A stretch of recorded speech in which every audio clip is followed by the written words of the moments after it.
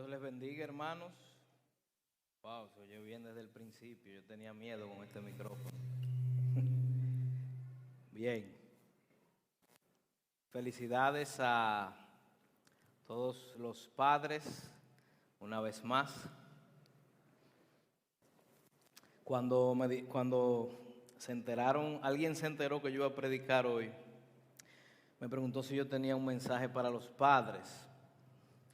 Y yo le dije que aunque celebremos a los padres, el culto no es para los padres. Es un culto de adoración a nuestro Dios. Así que predicaremos la palabra de Dios. Y vamos a continuar con nuestra serie en Marcos, pero no antes sin orar. Por mí y por ustedes, presentarnos delante del Señor. Padre, estamos aquí una vez más delante de tu presencia, mi Dios. Gracias porque donde hay 2 o 3 reunidos en tu nombre, tú has dicho que estás. Y tú estás aquí con nosotros, Señor. Padre, queremos pedirte, como siempre, que seamos santificados con tu palabra, Señor. Que tú puedas ministrar nuestras vidas y nuestros corazones. Mira el predicador. Yo no tengo ningún mérito, Señor, para pararme aquí delante de mis hermanos. Yo soy un pecador más que ha sido rescatado por pura gracia, Señor. Estoy aquí por los méritos de tu Hijo amado Jesucristo, no por mis méritos, Señor. Así que en Él me escondo en esta hora para predicar tu santa palabra, Señor. Asimismo te presento a tu pueblo, Señor. Tu pueblo que ha venido hambriento de tu palabra, Señor. Que tu Santo Espíritu que mora en nosotros pueda ministrar a cada corazón aquí presente, Señor. Pueda llegar hasta lo más profundo de nuestro ser y quebrantarnos, Señor. Transformarnos, Padre. Háblanos, Señor. Háblanos. Que nosotros como siervos escuchamos. Te lo pedimos, Padre, en el nombre de Jesús. Amén. Y amén. Bien, hermanos, hoy vamos a continuar en nuestra serie en el Evangelio según San Marcos. Y vemos que Marcos no da mucho rodeo en su narrativa, sino que va como caña para el ingenio. Inmediatamente Jesús sale del desierto y triunfa sobre Satanás. El ministerio de Cristo inicia en victoria, y Jesús comienza dando la mejor noticia que podemos escuchar. Jesús comienza a predicar el Evangelio diciendo en Marcos 1:15, el tiempo se ha cumplido y el reino de los cielos se ha acercado. Arrepentíos y creed en el Evangelio. El tiempo se ha cumplido, el rey mesiánico por fin ha llegado, pero el rey mesiánico y el reino de los cielos en su primera etapa no era un reino terrenal, no venía a derrocar a Roma, sino que era un reino espiritual y venía a derrocar a un reino espiritual que operaba aquí en la tierra. El reino de las tinieblas era el que estaba predominando, pero cuando el reino de los cielos se acerca con su rey, irrumpe en el reino de las tinieblas y Cristo, nuestro rey, viene a deshacer las obras del maligno.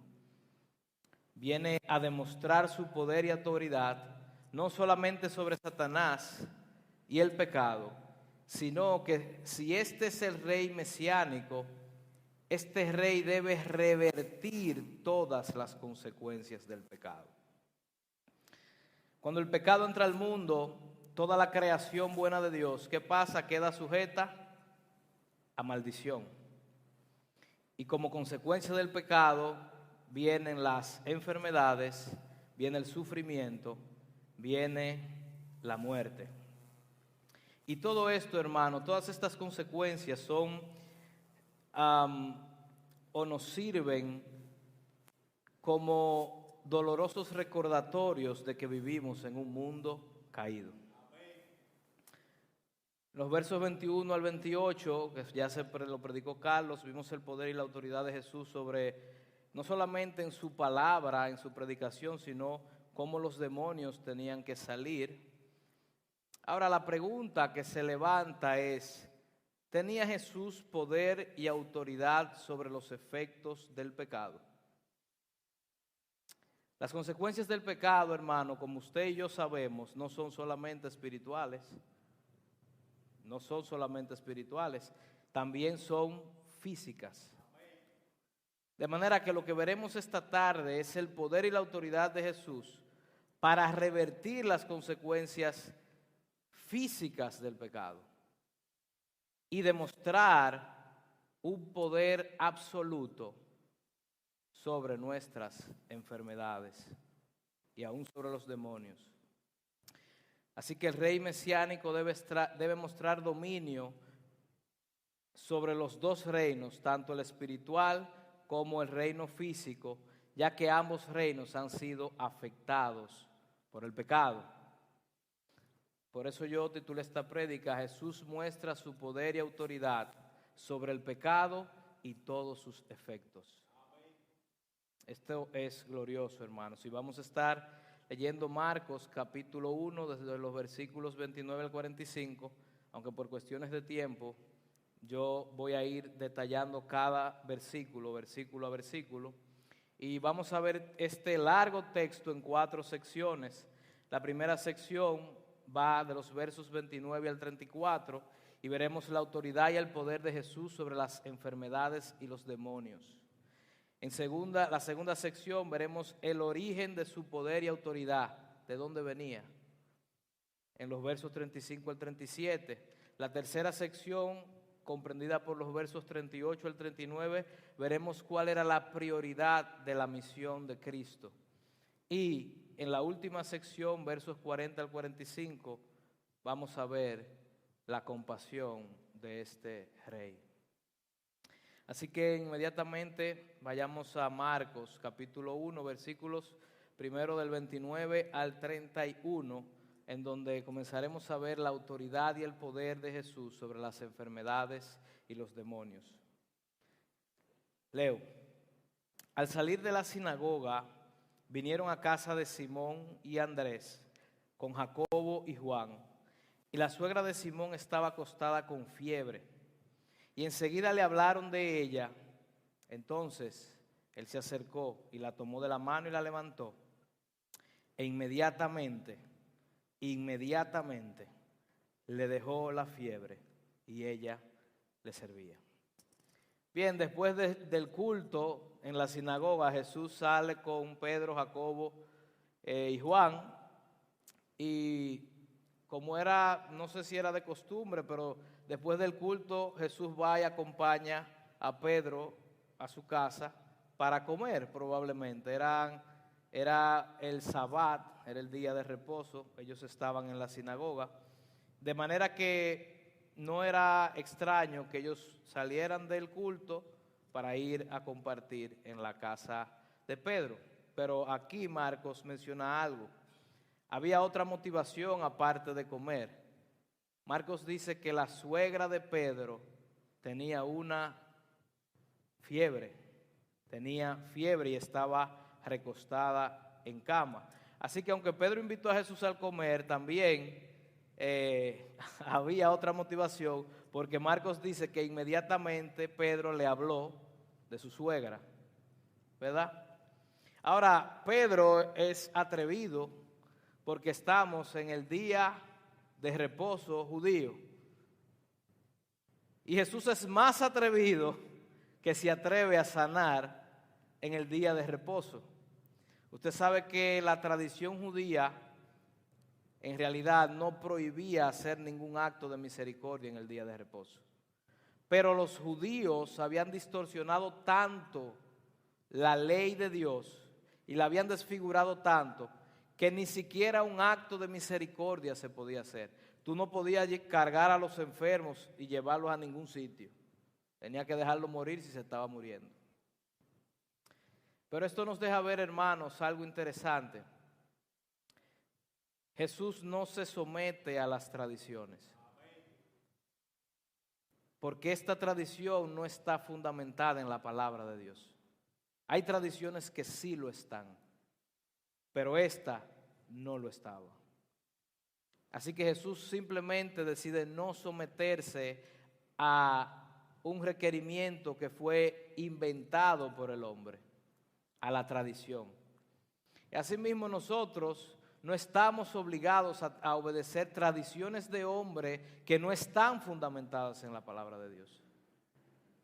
Nosotros debemos obediencia absoluta solamente a las Sagradas Escrituras.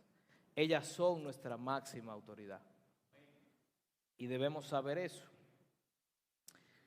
Ahora bien, en el relato de Marcos, una fiebre, para nosotros no resulta algo tan preocupante, porque ¿a cuánto no le ha dado fiebre aquí? A todos, y los niños pequeños le da fiebre, y a todos nos da fiebre. El problema es que en estos tiempos no habían medicinas para la fiebre, no había acetaminofén, no había paracetamol, no había ibuprofeno. Y cuando había una gran fiebre, como era esta, que Lucas el médico relata que era una gran fiebre, y era tan grande la fiebre que tenía esta mujer postrada en cama. Mire, una mujer del primer siglo no se acostaba por cualquier cosa. Una mujer del primer siglo lavaba, limpiaba, se encargaba de los quehaceres del hogar, se encargaba de servir la comida. Y estos hombres vienen de la sinagoga esperando ser servidos por esta mujer, y la mujer está tumbada con una gran fiebre. La fiebre de este tipo podía terminar en la muerte. Antes la gente moría de fiebre. El relato de Marcos, Jesús se acerca a ellas. Pedro no tiene ni siquiera que decirle necesariamente que la sane, simplemente le habla de ella. Y Jesús muestra una gran compasión al sanar a esta mujer. Dice que Jesús la tomó de la mano, la levantó e inmediatamente la fiebre le dejó. Marcos es intencional a usar esta palabra, inmediatamente. La fiebre le dejó, y la evidencia de que fue inmediatamente es que ella, después que la fiebre le dejó, ¿qué hacía? Comenzó a trabajar de una vez, le servía automáticamente. Hermano, y esto tiene muchísimas aplicaciones que yo tuve que recortar, así que solamente le voy a dar la más obvia y la más importante. Y es que Jesús tiene poder y autoridad sobre las enfermedades. Vemos su poder y autoridad sobre los efectos físicos del pecado. Esto es un efecto físico del pecado, las enfermedades.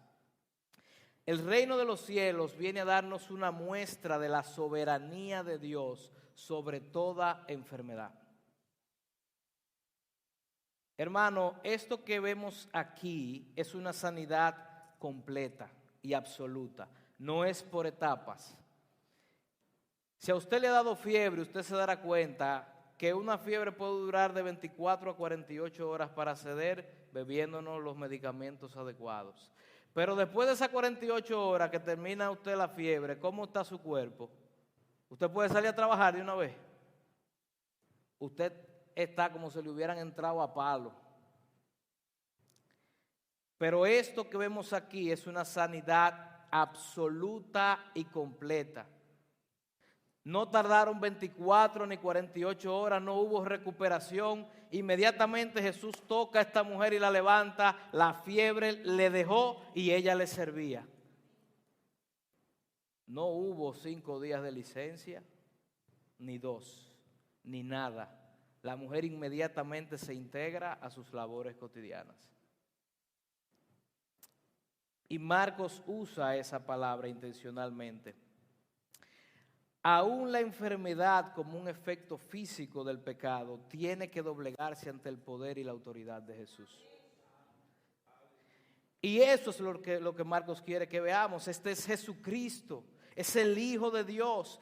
Tiene poder y autoridad no solo en el mundo espiritual, también en el mundo físico. Los virus y las bacterias tienen que obedecerle y someterse a su mandato. Todo. Él tiene poder sobre todos los elementos de la naturaleza. A los vientos los manda a callar. A las enfermedades las manda a salir. Los virus y las bacterias, no sé cómo funcionan a nivel celular, pero el asunto es que los glóbulos rojos tienen que accionar rápido a la voz de este rey que tiene poder y autoridad sobre las enfermedades. El reino de las tinieblas alteró el orden natural de las cosas cuando Adán cayó, y aún las leyes de la naturaleza quedaron alteradas por el pecado. Oiga eso, aún las leyes de la naturaleza. Tenemos huracanes, tenemos terremotos, tenemos virus, coronavirus, H1N1, SIDA.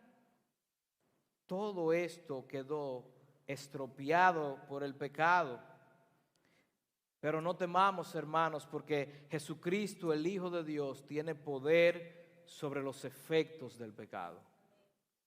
Tiene poder aún sobre las leyes de la naturaleza. Es un poder absoluto. Y no solamente sobre los efectos físicos del pecado. Vamos a leer los versículos 32 al 34, Marcos 1, 32 al 34. Cuando llegó la noche, luego que el sol se puso, le trajeron todos los que tenían enfermedades y a los endemoniados. ¿Usted sabe por qué tuvieron que esperar para llevarles enfermos y endemoniados? Porque era el día de reposo. Tenían que esperar que el sol se pusiera para ir a llevarle a los enfermos a Jesús, a la casa de Pedro. Y toda, escuche bien, y toda la ciudad, ahí en Capernaum, toda la ciudad se agolpó a la puerta y sanó a muchos que estaban enfermos de diversas enfermedades y echó fuera a muchos demonios y no dejaba hablar a los demonios porque le conocían. Hermano, aquí dice, no fue a la suegra de Pedro que Jesús sanó nada más ese día. Cuando pasó el día de reposo, no esperaron mucho que oscureciera y comenzaron a llevarle, dice, muchos enfermos de diversas enfermedades, aunque no nos dice cuáles eran, pero sí eran muchos enfermos. Hermanos, sí, y esto es glorioso, Jesús no se niega a sanar a estos enfermos. Que Dios decida, hermanos, suspender el orden natural de las cosas en un mundo caído es una muestra de su misericordia, compasión y bondad. Porque Dios pudo perfectamente solo enviar a su Hijo Jesucristo para salvarnos. Y punto, para salvarnos del pecado, sin tener que interrumpir o suspender las leyes y el orden natural o el orden de la naturaleza después de la caída, para hacer milagros. Esos son los milagros. Los milagros son una suspensión del orden natural de las cosas por el orden sobrenatural. Jesús no tenía que intervenir en el orden natural del mundo caído. Jesús en este caso simplemente pudo no suspender el orden natural de las cosas y permitir simplemente que la fiebre siguiera con su curso. Pero en vez de eso, hermanos, Jesús decidió suspender el curso natural de la fiebre y ordenar que sanara. A mí me gusta como Isaías lo dice. Isaías diría que él prefirió llevar nuestras enfermedades e irrumpir en nuestras enfermedades para sanarnos. Jesús es el rey que se hizo siervo y no cualquier siervo, él sufrió por nuestras enfermedades y dolores. Eso dice Isaías 53, 4 y 5, usted lo puede buscar. Isaías 53, 4 y 5 dice, ciertamente llevó él nuestras enfermedades y sufrió nuestros dolores, y nosotros le tuvimos por azotado, por herido de Dios y abatido. mas Él herido fue por nuestras rebeliones, molido por nuestros pecados. El castigo de su paz, de nuestra paz, fue sobre Él, y por sus llagas fuimos nosotros curados. Esto no quiere decir que porque Él llevó nuestras enfermedades nosotros no podemos enfermarnos. Ni quiere decir que plaga no tocará mi casa, no. Y creo que la enfermedad de la suegra de Pedro hace eso evidente. Ahora, lo que esto sí quiere decir es que este siervo sufriente vino a este mundo y mostró su poder y autoridad sobre nuestras enfermedades. Él vino a irrumpir en las consecuencias físicas del pecado, y esta profecía tiene un doble cumplimiento. La primera fue la que Marcos nos está narrando, cuando el Mesías vino por primera vez y demostró poder y autoridad sobre nuestras enfermedades. Él llevó consigo nuestras enfermedades porque Él sanó a muchos enfermos. Pero esto tiene un segundo cumplimiento cuando Jesucristo regrese en su segunda venida. Cuando nosotros nos dé un cuerpo glorificado, en donde ninguna enfermedad, ningún virus, ninguna bacteria, nada podrá afectar nuestros cuerpos glorificados. Absolutamente nada, no habrá ninguna enfermedad que pueda. ¿Y usted sabe por qué es eso? Porque Él ciertamente llevó nuestras enfermedades. Si Él no las hubiera llevado, no nos hubiera podido sanar. Pero Él las llevó precisamente para poder sanarnos. No habrá presión arterial alta, no habrá colesterol, no habrá diabetes. Como dice Juan Luis Guerra, no habrá hospital, porque no será necesario. Esperamos que ese día llegue, ¿verdad? Nuestros cuerpos los esperan, ¿verdad?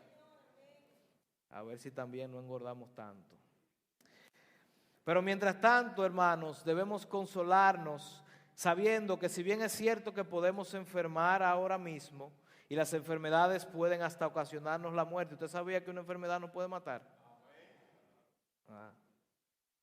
Hoy, hermanos, hoy en este mundo caído la enfermedad no tiene la última palabra. Cristo sigue teniendo autoridad sobre las enfermedades hoy. Y Cristo sigue sanando físicamente hoy. Ahora, Cristo no lo hace a través de un milagrero, ni a través de una persona que supuestamente tiene un don de sanidad.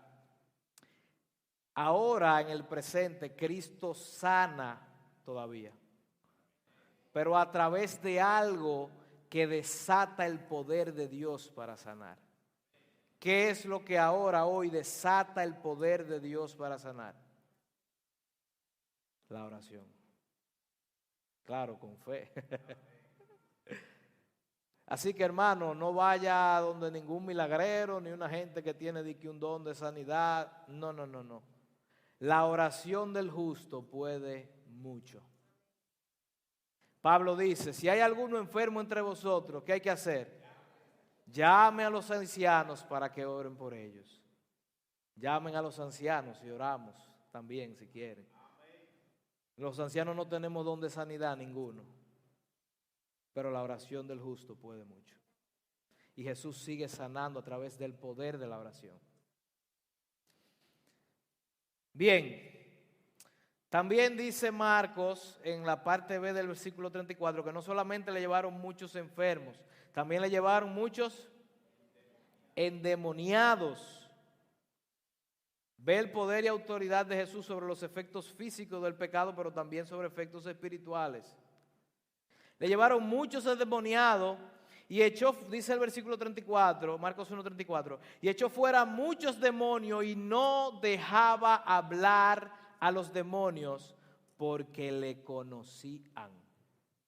A los exorcistas imitan a Jesús y ellos no les gusta dejar hablar a los demonios, los mandan a callar. Pero Jesús tenía un motivo para mandarlos a callar, los exorcistas no tienen ninguno. Y eso lo vamos a ver más adelante. Ahora, lo que vemos en todos los evangelios es que estos demonios tienen poder para poseer un cuerpo humano. Es decir, que tienen poder para tomar control del cuerpo. Y hoy muchos cristianos niegan la posibilidad de una posesión demoníaca. Y atribuyen esto que dice Marcos a alguna enfermedad fisiológica como la esquizofrenia o epilepsia o a alucinaciones.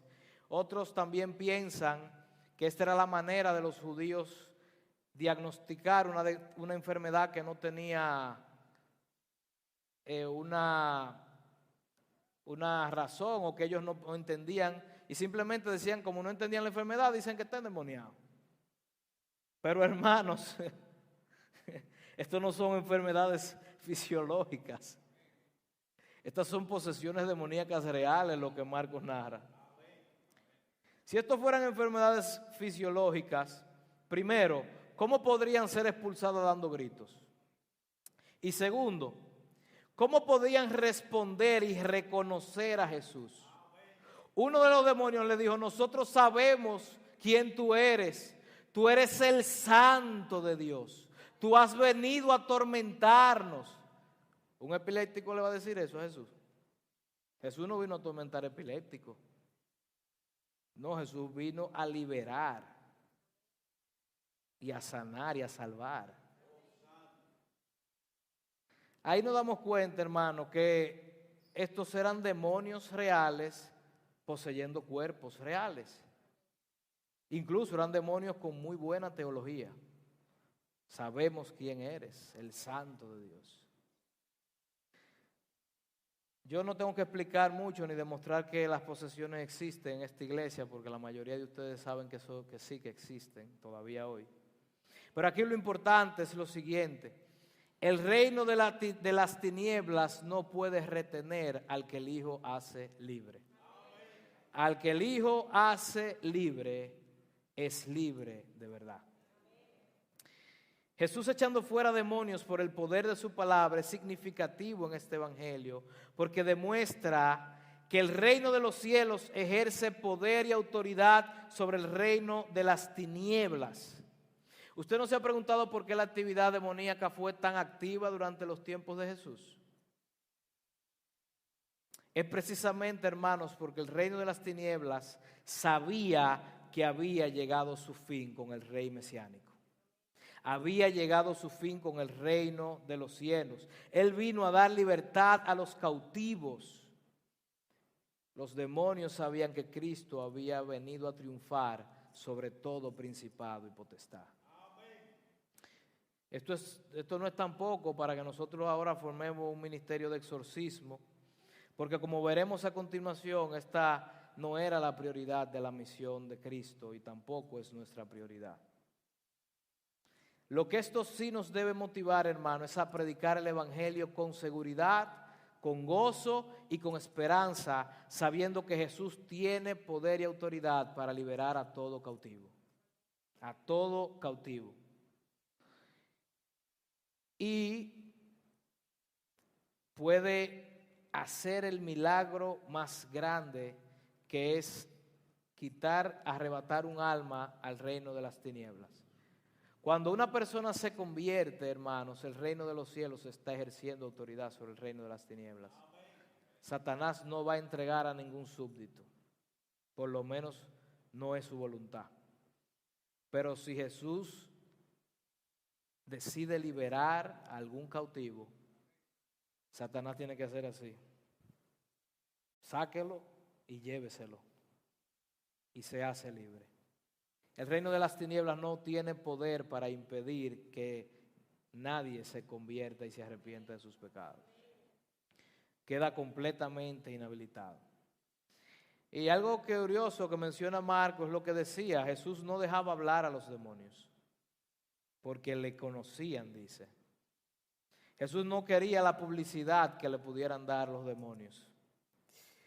Él no quería eso porque ese tipo de propaganda que le darían los demonios podía afectar la prioridad de su misión, que no era la sanidad ni el exorcismo. Él no quería que los demonios pervirtieran la mente de las personas, haciendo que malinterpretaran la prioridad de su misión. Él no quería, en otras palabras, Jesús no quería que las personas lo siguieran por el motivo equivocado. Ahora, algo interesante es que los demonios conocen a Jesús, y el hecho de que ellos conocen a Jesús no hace que quieran obedecerlo. Ellos lo obedecen porque este es el Rey de reyes y Señor de señores. A ellos no les queda de otra, porque Él vino y venció al diablo. Así que ellos le obedecen a la fuerza, le obedecen por temor, no le obedecen por amor. Santiago, de hecho, dice que los demonios creen y tiemblan. Y yo creo, hermanos, que hay personas peores que los demonios. Porque hay personas que creen, que reconocen que Jesús es el Hijo de Dios, y ni aún reconociendo eso tiemblan. Eso es tan para mí peor que un demonio, porque el demonio por lo menos tiembla. Ahora, ¿de dónde viene tal poder y autoridad? Muchos dicen no, porque Jesús es Dios, y derivan el poder de Jesús de su divinidad. Pero el poder de Jesús no venía de su divinidad. ¿De dónde viene tal poder y autoridad que aún las enfermedades salen de los cuerpos, los demonios salen corriendo? ¿De dónde viene? Marcos nos dice cuál es el origen. Este es el segundo punto, el origen de su poder y autoridad. Marcos 1, 35 al 37. Dice: levantándose muy de mañana, siendo muy oscuro, salió y se fue a un lugar desierto, y allí oraba. Y le buscó Simón y los que con él estaban, y hallándole le dijeron: todos te buscan. A ver si usted descubrió de dónde venía el poder de Jesús. ¿Qué hacía Jesús muy de mañana? El poder de Jesús derivaba de su comunión con el Padre, derivaba de la oración. Hermano, y no crea que Jesús no tenía nada que hacer. El ministerio de Jesús fue un ministerio muy intenso. Marcos dice que después de sanar a la suegra de Pedro, desde que pasó el día de reposo, toda la ciudad, ese mismo día, toda la ciudad, ¿qué hizo? Se agolpó, llevándole muchos enfermos y muchos endemoniados. Hermano, esto fue un día agotador para Jesús. Jesús no era Superman. Jesús se cansaba. Jesús necesitaba dormir. Jesús necesitaba comer.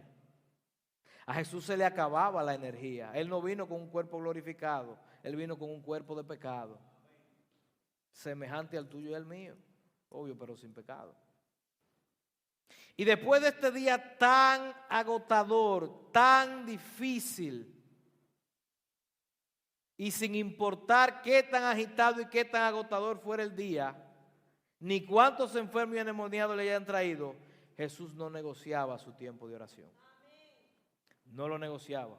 ¿Y usted sabe por qué no lo negociaba? Porque él sabía que su poder derivaba de la comunión con el Padre. Jesús no podía llevar a cabo su ministerio si no dependía del Padre en oración. Claro, porque estaba en su condición de humillación, Jesús sabía eso. ¿Tú sabes lo que es eso? El Hijo, Jesucristo, el Hijo unigénito de Dios, dependía de Dios en oración y tenía una agenda mucho más ocupada de la que tú y yo tenemos. En 3 años este hombre revolucionó el mundo y no fue quedándose dormido que él lo revolucionó. Fue cumpliendo con su misión. Y a pesar de ser un ministerio tan ajetreado y con tantos conflictos, Jesús oraba. Jesús oraba. Qué diferentes somos nosotros.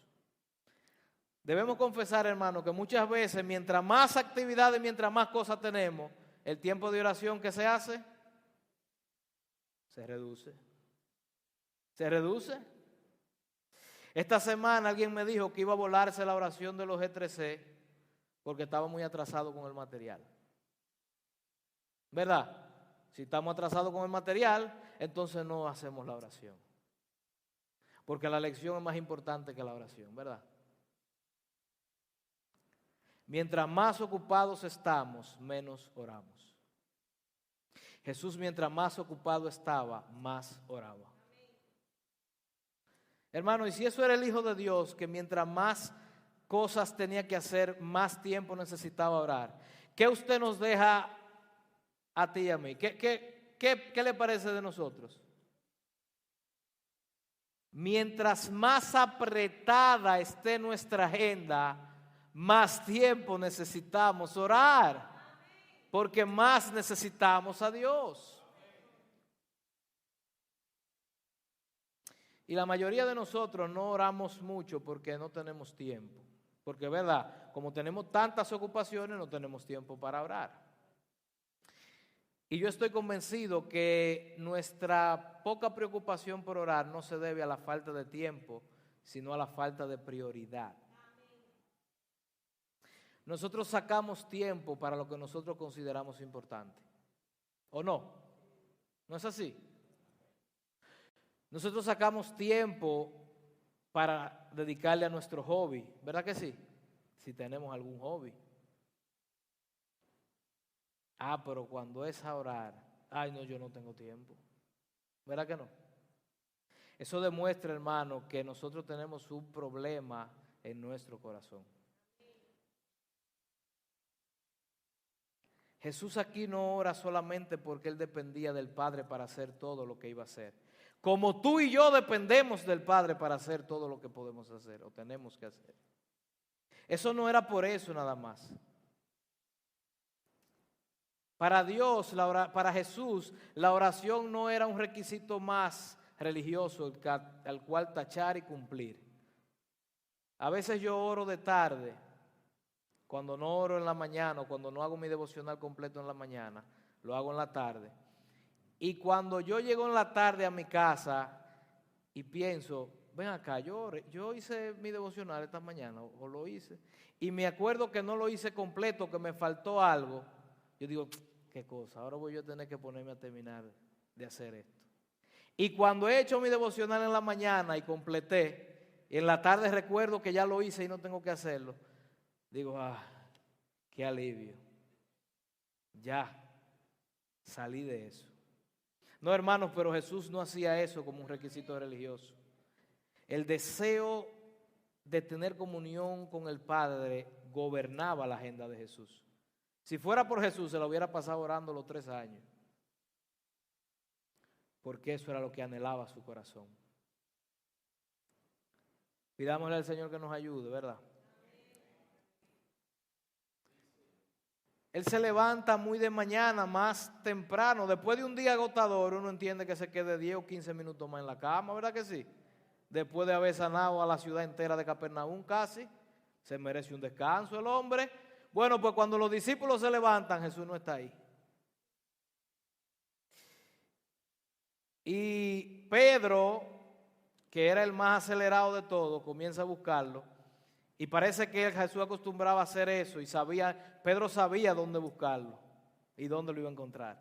Y Pedro llega con su acelere y le dice, hey, ¿y qué tú haces orando?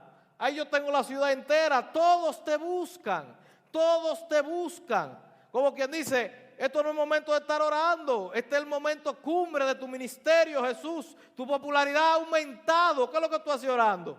Ven a sanar a toda esta gente que hay aquí. Tiene muchos seguidores en Instagram y en Facebook ahora Jesús. Este ministerio es un éxito. Pero parece que a Jesús no le interesaba mucho la popularidad. Y es sencillamente porque la prioridad de su ministerio o de su misión no era sanar. La prioridad de su misión no era el exorcismo tampoco. Y él no quería que se le buscara para que le hicieran milagros y para que liberara demonios en primer lugar. Porque su misión no consistía en eso. Vamos a ver la prioridad de su misión en el punto 3. Leemos los versículos 38 y 39. ¿Cuál era la prioridad de su misión? Pedro viene y le dice, todos te buscan. ¿Qué tú haces ahí orando? Ven. Ahora que nosotros somos famosos, Ahora es que las masas te van a seguir. Ahora es que la multitud te va a clamar y te está clamando, están en la puerta, todo Capernaum está aquí. Y tú orando, perdiendo el tiempo. Ajá. Vamos a ver qué le responde Jesús. ¿Cuál era la prioridad de su misión? Él les dijo, yo no voy a seguir aquí en Capernaum. Vamos a los lugares vecinos para que predique también allí, porque para esto he venido. Y predicaba en las sinagogas de ellos en toda Galilea y echaba fuera los demonios. Cuando uno se pregunta, pero Jesús debió aprovechar toda la multitud que ya estaba ahí en Capernaum, toda la multitud que estaba en la puerta, ¿por qué no predicarle a esa multitud que ya estaba ahí y tener que salir para otro sitio? ¿Verdad? Hubiera sido mucho más lógico, ya yo aprovecho que lo tengo aquí y le predico. Hermano, pero Jesús sabía que estas personas no estaban interesadas en escuchar el Evangelio. La mayoría de ellos buscaban a Jesús para que les hiciera su milagro, para que les resolviera su problema. Y el Señor Jesucristo no vino a eso, por lo menos en primer lugar. Esa no era su prioridad. ¿Para qué es que Él le dice a ellos que ha venido? Vayamos o vayámonos para que predique el Evangelio, porque para esto he venido. Para esto. Hermano, el ángel cuando anuncia el nacimiento de Jesucristo, no le dice, le pondrás por nombre Jesús, porque Él sanará a su pueblo de sus enfermedades. Ni le pondrás por nombre Jesús, porque Él va a hacer muchos exorcismos. No, el ángel le dice a María, le pondrás por nombre Jesús, porque Él salvará a su pueblo de sus pecados. La prioridad de la misión de Cristo es salvar al pecador. Y para salvar al pecador no se salva sanándolo de una enfermedad física. De hecho, un pecador no se salva con un exorcismo. La manera de Dios salvar pecadores es a través de la predicación del glorioso evangelio de Jesucristo. Ese es el medio que Él ha ordenado para dar vida a los muertos.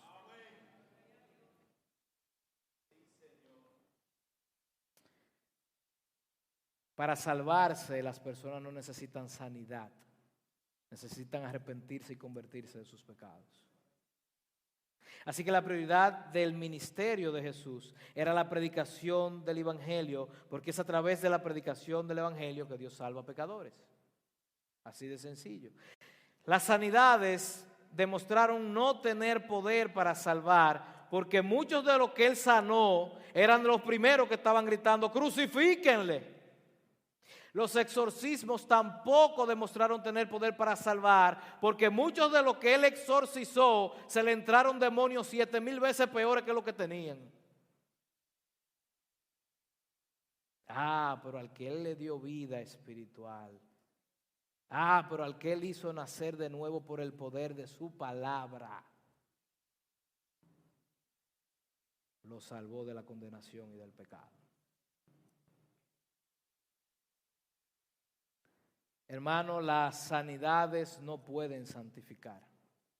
No lo hacen. Los exorcismos no pueden hacernos crecer en santidad tampoco. Yo conozco muchos que fueron exorcizados al lado mío. Los demonios les salieron, con grito y toda la pataleta que hacen. Al lado mío se caían. Y yo sé de muchos de esos que le sacaron demonios, que hoy están más perdidos en el mundo de lo que estaban. Nunca se convirtieron y nunca se arrepintieron.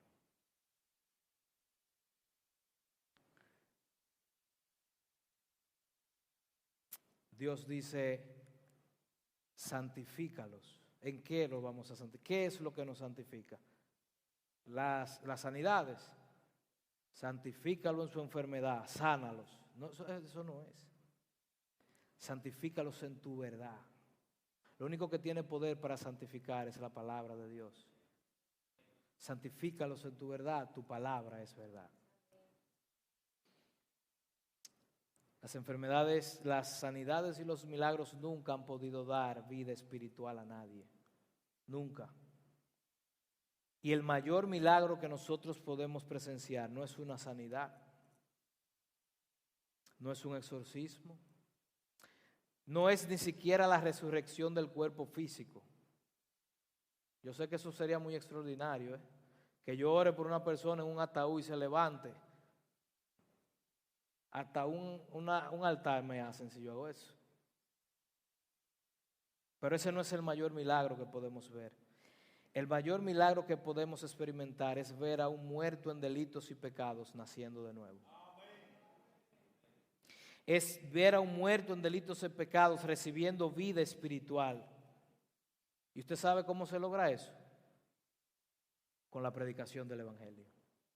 Con la predicación del Evangelio. Y por eso es que la predicación del Evangelio es la prioridad de la misión de Jesús y debe ser nuestra prioridad.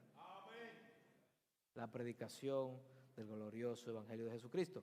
Aquí hay personas que tienen hijos impíos, ¿verdad que sí?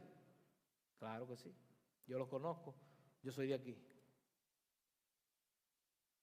Tienen familiares que son impíos, esposos que son impíos, esposas que son impías. A ustedes yo les digo, predique el Evangelio a sus seres que no son cristianos. Dios tiene poder para levantar a esos muertos. Y solo por el poder de la predicación del Evangelio lo va a hacer. Bien, hemos visto el poder y la autoridad de Jesús sobre las enfermedades y demonios. Hemos visto el origen del poder de Jesús. ¿Cuál es el origen? ¿De dónde venía el poder de Jesús? De la oración. ¿Y de dónde viene el poder de nosotros para nuestra vida ministerial? Es más, ¿de dónde viene el poder de nosotros para todo lo que hacemos? Y hemos visto cuál era la prioridad de la misión de Jesús. ¿Era sacar demonios? ¿Era sanar? ¿Cuál era la prioridad de su misión? Predicar el Evangelio, porque para esto he venido. Último punto. Ahora vamos a ver cómo este rey mesiánico con poder y autoridad se va a relacionar con los pecadores. Un rey con tal poder y autoridad no tiende a rebajarse ante una persona insignificante. Pero este rey es diferente. Vamos al versículo 40 y veamos la compasión del rey mesiánico.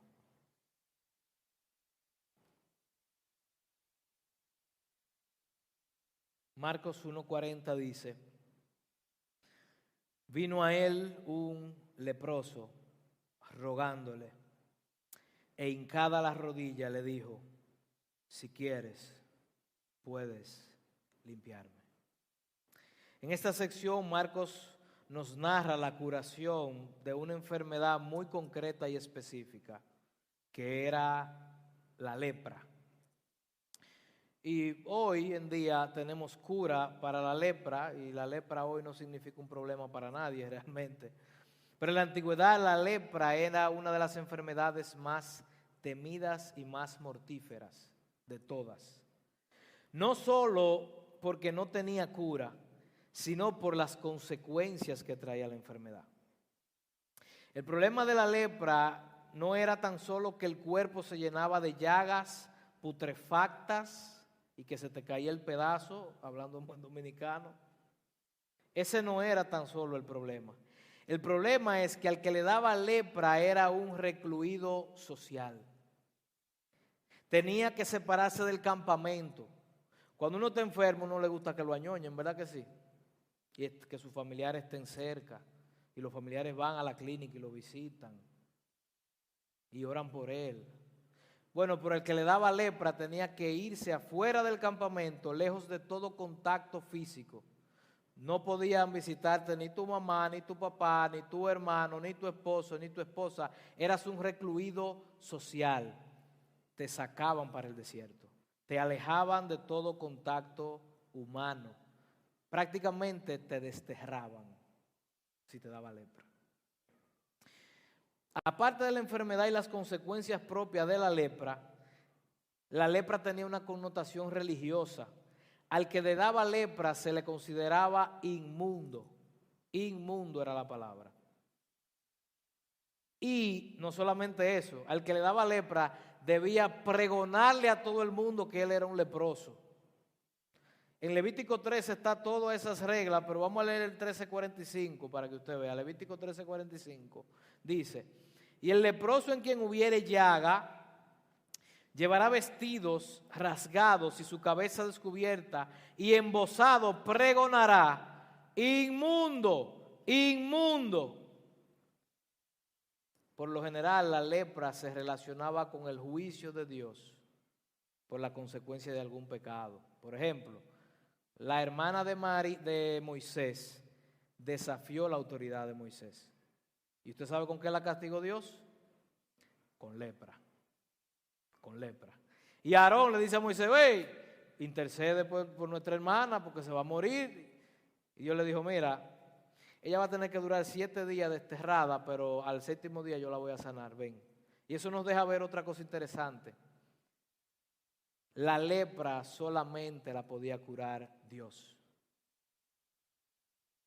Si alguien se sanaba de lepra, Dios lo había sanado, porque no había otra explicación. Así que, y esta era otra de las razones por la que quien revisaba a los leprosos era el sacerdote, era el sacerdote. Y en esta escena de Marcos, quien viene a Jesús es un hombre lleno de lepra, un hombre inmundo, marginado por la sociedad, desechado. Ningún leproso se atrevía a acercarse ni a entrar a la ciudad, porque estaba aislado, lejos de la gente. Pero este leproso decide arriesgarse y entrar en la ciudad de Galilea para encontrarse con Jesús. Y lo primero que debemos ver, hermano, es la actitud con la que este leproso se acerca a Jesús. ¿Qué dice aquí en el 40? ¿Cómo fue que se acercó? Rogándole e hincada la rodilla. Le decía: si quieres, tú puedes limpiarme. Si quieres. Es como diciéndole: yo estoy en bancarrota, yo no tengo ningún mérito, yo vengo rogándote de rodillas. Hermano, y esa es la actitud correcta que nosotros debemos tener para acercarnos a Dios. En completa dependencia, rogándole. A veces nosotros nos acercamos a Dios como si Dios nos debiera algo a nosotros. Como si Dios tuviera que hacer lo que nosotros le decimos, como si fuéramos merecedores de sus bendiciones. Hermano, pero Jehová no atiende a esa gente. Jehová atiende al humilde, mas al altivo lo mira de lejos. Nosotros somos pecadores. Debemos acercarnos a Dios con esta actitud de ruego y súplica y rogarle para que nos limpie. ¿Qué va a hacer Jesús con este hombre? Jesús perfectamente puede decirle a este hombre: mira, a mí no me compete tu caso. Tú tienes que ir al sacerdote. El sacerdote, y hacer un ritual de purificación como la ley de Moisés manda. Así que Jesús pudo decirle eso y no estaba pecando, no lo estaba haciendo mal. Hermano, pero el corazón de Cristo es tan hermoso, tan misericordioso y tan compasivo, que cuando alguien viene en bancarrota, cuando alguien con esta humildad se le acerca, Él no lo puede echar fuera.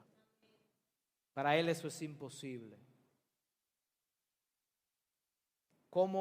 ¿Qué haría Jesús en este caso? Vamos al versículo 41. Marcos 1:41, el hombre dice: si quieres, puedes limpiarme. Y Jesús, teniendo misericordia de él, extendió la mano y le tocó y le dijo: quiero, sé limpio. Jesús no tuvo repulsión, Jesús no le dio asco la condición de este hombre. Dice que lo que tuvo Jesús cuando vio a este leproso fue misericordia, lo que salió de su corazón. Y lo más hermoso, hermanos, es que Jesús podía sanarlo sin tener que tocarlo. Jesús había hecho milagros a larga distancia ya. Jesús, si quieres, di la palabra y mi siervo sanará. ¿Usted se acuerda de eso? Jesús dijo la palabra y el siervo se sanó. Jesús no tenía que tocar a un leproso para sanarlo. Pero la misericordia, la compasión de Cristo es tal que Él extiende su mano y toca las llagas de este hombre. Jesús sabía la necesidad de contacto físico que tenía este hombre. Y Jesús le dice, sí quiero, sé limpio. Oh hermanos, esta es una hermosa ilustración de cómo Jesús recibe a los pecadores que se acercan a Él con humildad. Reconociendo su pecado, reconociendo su podredumbre. Los que se acercan rogándole por limpieza de su pecado, Él no los rechaza. Él no los echa fuera. No importa qué tan horribles sean tus pecados, no importa cuántas veces hayas pecado. Si tú te acercas a Jesús con esta actitud, pidiéndole perdón, arrepentido para que te limpie de tu pecado, dile a sí mismo a Jesús, si quieres, tú puedes limpiarme de todos mis pecados. Y su respuesta va a ser la misma respuesta que le dio al leproso. Él te dirá, sí, quiero, sé limpio. Sé limpio. Y algunos pueden pensar que esto fue antes en su condición de humillación, ¿verdad? Que él respondía sí, pero ahora recuerde que Jesús está en un estado de exaltación suprema, sentado a la diestra del Padre, alto y sublime. Y ahora muchos piensan que si van a Él con sus pecados y su alma putrefacta de pecado, Él los va a rechazar porque ya Él está muy alto y yo muy abajo. Oh mi hermano, pero hay una verdad gloriosa en el Evangelio. Hermano, aún en su estado de exaltación, Jesucristo es el mismo ayer, hoy y por los siglos. Aún en su estado de exaltación, Él desciende con el quebrantado y humilde de corazón. Él desciende de su trono y cuando tú le llevas tu alma podrida de pecado, le dices, si quieres, tú puedes limpiarme. Tú estás en un trono alto y sublime. Tú no deberías bajarte a limpiarme, pero si tú quieres, tú puedes limpiarme de todos mis pecados. Y Jesús descenderá de su trono de gloria alto y sublime a habitar con el quebrantado y humilde de corazón y le dirá, sí, quiero, sé limpio, y lo limpiará de todo pecado. Jesucristo es el mismo ayer, hoy y por los siglos de los siglos. Jesucristo es el mismo que anduvo caminando por Galilea. Jesucristo es el mismo que anduvo caminando en Capernaum. Él es el mismo ayer, hoy y por los siglos. No lo digo yo, lo dice Él. Versículo 42. Y así que Él hubo hablado, dijo, sí quiero, sé limpio. Y al instante la lepra se fue de aquel y quedó limpio. Y así tus pecados que son como el carmesí, ¿tú sabes cómo van a quedar cuando tú vas a Cristo? Como blanca lana. Serás limpio de todos tus pecados. El problema de tocar un leproso era que la persona limpia, cuando tocaba a un leproso, se contagiaba con la lepra y se volvía inmundo, no se podía tocar al leproso. Pero Jesús, el Hijo de Dios, toca a los leprosos. Jesús, el Hijo de Dios, se mete entre los pecadores y no solamente ve el pecado, sino que lo trata. Lo trata. Jesús, el Hijo de Dios, puede tocar a los leprosos y en vez de contaminarse con la lepra del leproso, Él limpia al que está contaminado. Al que es inmundo, Cristo lo hace santo. Él es el Cordero de Dios que quita el pecado del mundo. El pecado del mundo no lo pudo contaminar a Él. Por eso Él lo puede quitar. Versículo 43, que ya estoy pasado. Entonces le encargó al leproso, ¿verdad? Después que lo sana, versículo 43 y primera parte del 44. Entonces le encargó rigurosamente, escuche bien lo que vamos a ver ahora, le encargó ¿cómo? Rigurosamente. Y le despidió luego y le dijo, mira, ¿qué? No digas nada. ¿Cómo? Pero Jesús se está volviendo loco, parece. ¿Por qué Jesús le pediría eso? O sea, esto es algo demasiado grande para tenerlo callado. ¿Verdad que sí? Parece que Jesús no está pensando bien las cosas. Hermano, pero Él manda callar al leproso por lo mismo que Él mandó callar a los demonios. Él no quería que las personas lo siguieran por los motivos equivocados. Él no quería que lo siguieran por los milagros y las sanidades. Él quería que la gente se arrepintiera y convirtiera de sus pecados. Y lo siguieran como su Señor y Salvador, no como un milagrero. Y Él le encarga rigurosamente que no le diga a nadie, y el versículo 44 sigue, y dice, si no ve, muéstrate al sacerdote y ofrece por tu purificación lo que Moisés mandó para testimonio de ellos. Oiga, Jesús se le acusaba de que Él quebrantaba la ley, Aquí vemos que Jesús nunca quebrantó la ley en ningún punto. Nunca. Jesús tenía poder y autoridad para declarar limpio a ese leproso. Sin embargo, Jesús sabía que la ley decía que a quien le correspondía era el sacerdote. Oiga, ¿dónde llega la humillación de Cristo? Y por obediencia a la ley, para cumplir con toda justicia, Él le dice al leproso, no, yo tengo autoridad para declararte limpio, pero no es a mí que me corresponde. Ve donde el sacerdote y ofrece al sacerdote lo que la ley de Moisés dice que tú tienes que ofrecer por tu purificación. Sometiéndose a la ley por nosotros. Ahora, también le está mandando un mensaje al sacerdote. ¿Quién era el único que podía curar la lepra? Exacto. Él le está diciendo al sacerdote, mira, yo soy Dios. Yo soy Dios. Entonces, Jesús le dice que no, le encarga rigurosamente al leproso que no hable, pero vamos a ver qué fue lo que el leproso hizo. Versículo 45, la primera parte. Pero oído él, comenzó a publicarlo mucho, a publicarlo mucho y a divulgar el hecho. Hermano, después que Jesús nos limpia, lo menos que nosotros le debemos es obediencia, ¿o no? Es obediencia. ¿Y por qué es que nosotros somos tan cabeza dura como este leproso desobediente? ¿Qué hizo el leproso? El leproso hizo exactamente lo contrario a lo que Jesús lo mandó. Exactamente lo contrario a lo que Jesús lo mandó. Y muchos podrán pensar que Jesús es un insensible. Porque imagínate, alguien curado de la lepra, ¿cómo tú le vas a pedir eso? ¿Verdad? ¿Cómo callar ese milagro tan grande? Y la respuesta es simple, hermanos. El leproso tenía que quedarse callado porque Jesús se lo mandó y punto.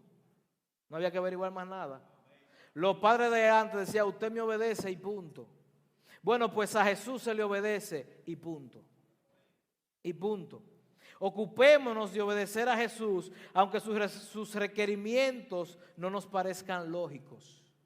Que no, hay muchos que no nos parecen lógicos. Al que te da una mejilla, ofrécele la otra. ¿Eso le parece lógico a usted? Al que te pide que lleve una carga, no se la lleve una, nada, 1 kilómetro, llévasela 2. ¿Eso le parece lógico a usted?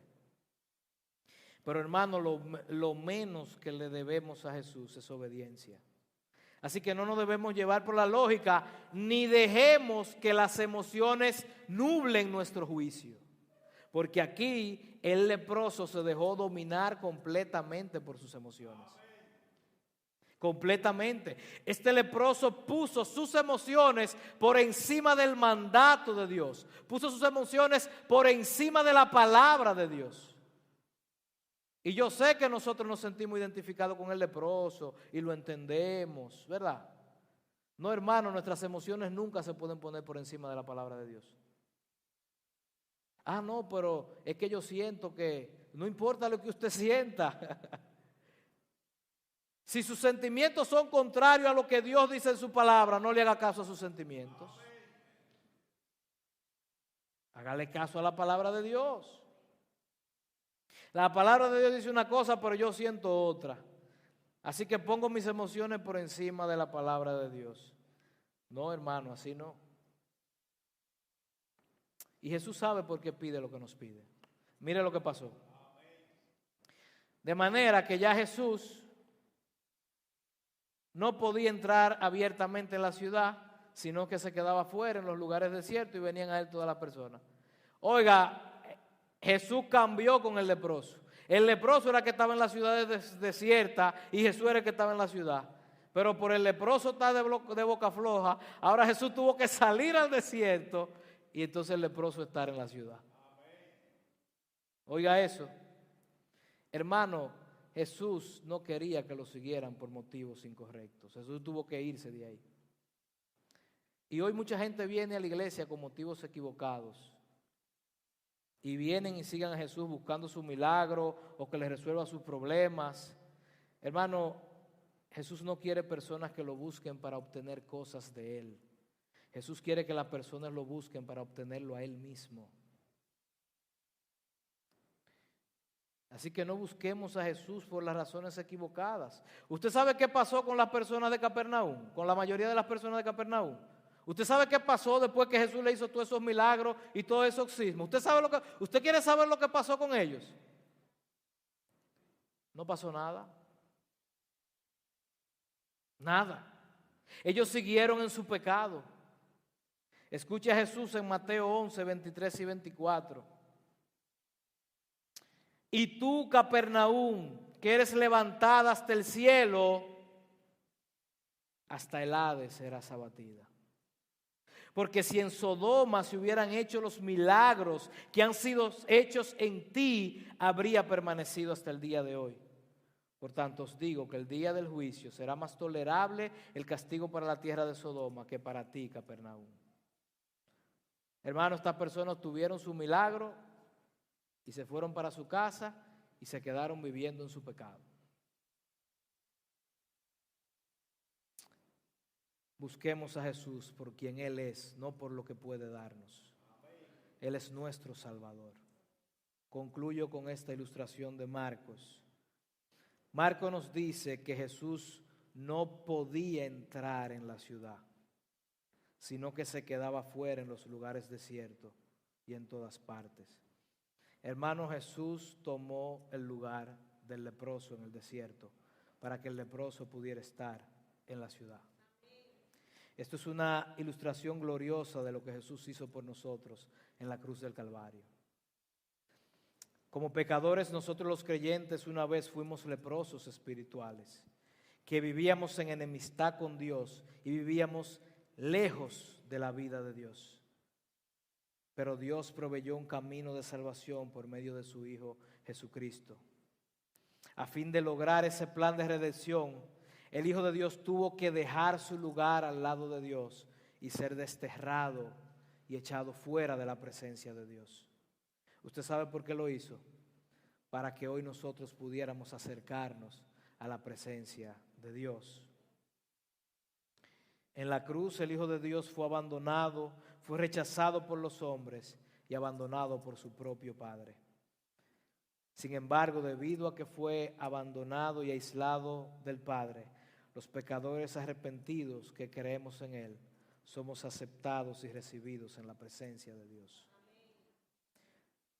No obstante, hermanos, para aquellos que hemos llegado a Él en arrepentimiento y fe, reconociendo que somos indignos y rogando por la limpieza de nuestros pecados, Jesús sigue ofreciendo limpieza total por tus pecados.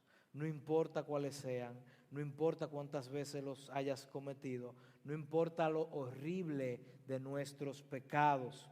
Para el leproso espiritual que ruega, si quieres puedes limpiarme, su respuesta sigue siendo un misericordioso sí, quiero. Así que hermanos, acerquémonos con nuestros pecados para encontrar el perdón de nuestros pecados. Vamos a ponernos de pie y vamos a orar.